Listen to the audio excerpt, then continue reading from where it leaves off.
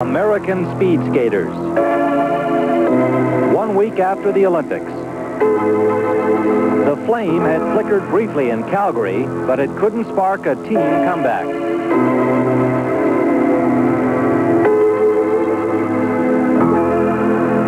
But the skaters were ready to go as far as necessary to recapture the Eric Heiden magic. And go far they did.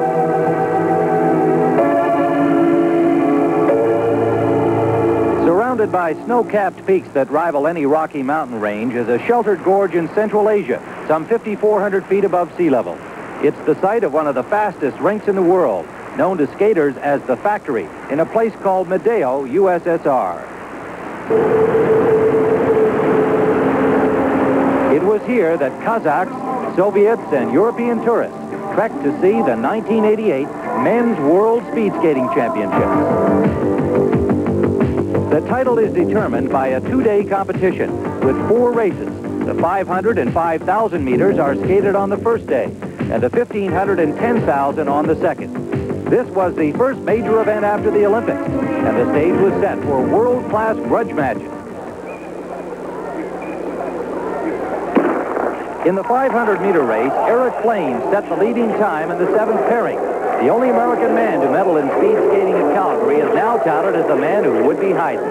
It's nice in a way because we compare with the guy who's that great. But in another way, it's hard to live up to his standard and what he's done. But hopefully, I'll do my best, and if I win here, it's a start for me. Flaim's time was best until Ki-tae Bae of South Korea skated and bettered it.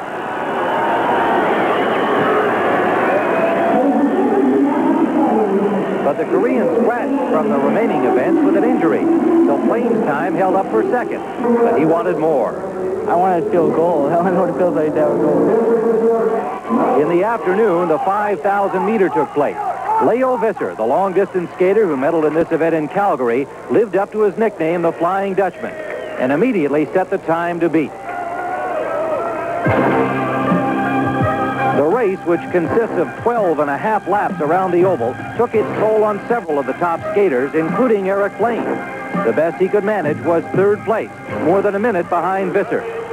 And he held that spot only until another American surprised not only the crowd, but himself. Dave Silk, who didn't even place in this event at the Olympics, shaved almost 10 seconds off Visser's time to take the lead. But the ice conditions changed dramatically.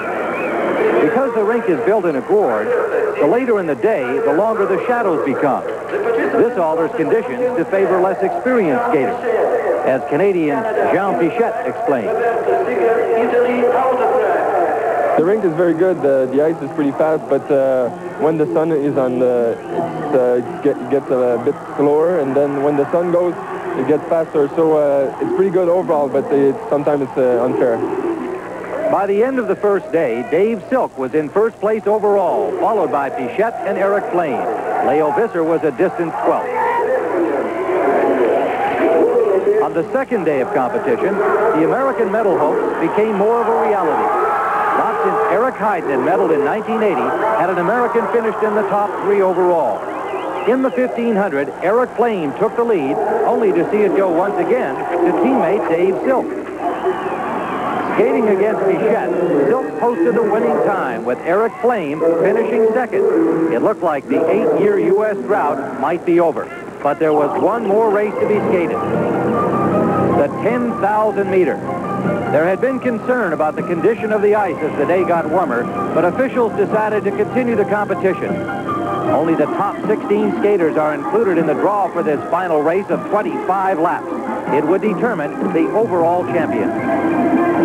Once again, Flaim skated to first and began the wait.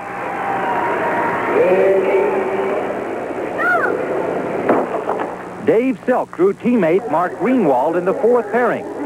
After a small slip at the start, Silk settled down to consistent laps, and then it happened. When I was skating, my left skate pushed through the blocks, and then I think as I brought it back, I pushed the block underneath me, and then I stepped on it. And then as I went, I started realizing that I still had a chance to place in the top 3 even if I had fallen. And so I'm happy that I still had enough in me to finish strong.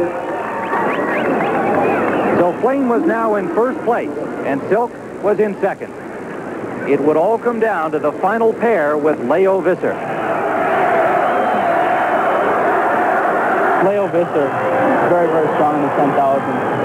He has beat me by a large margin, but he's very capable of it, so that's the man to watch. And Visser won the 10,000 with a time almost 30 seconds faster than anyone else. He skated himself to a medal in the overall, but it was silver.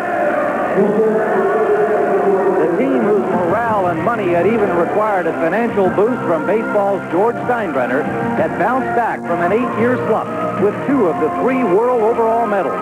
Dave Silk with the bronze and Eric Flaim earning his first place gold.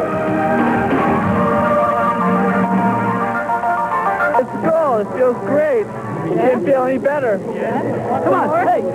Yeah. Champion of the world.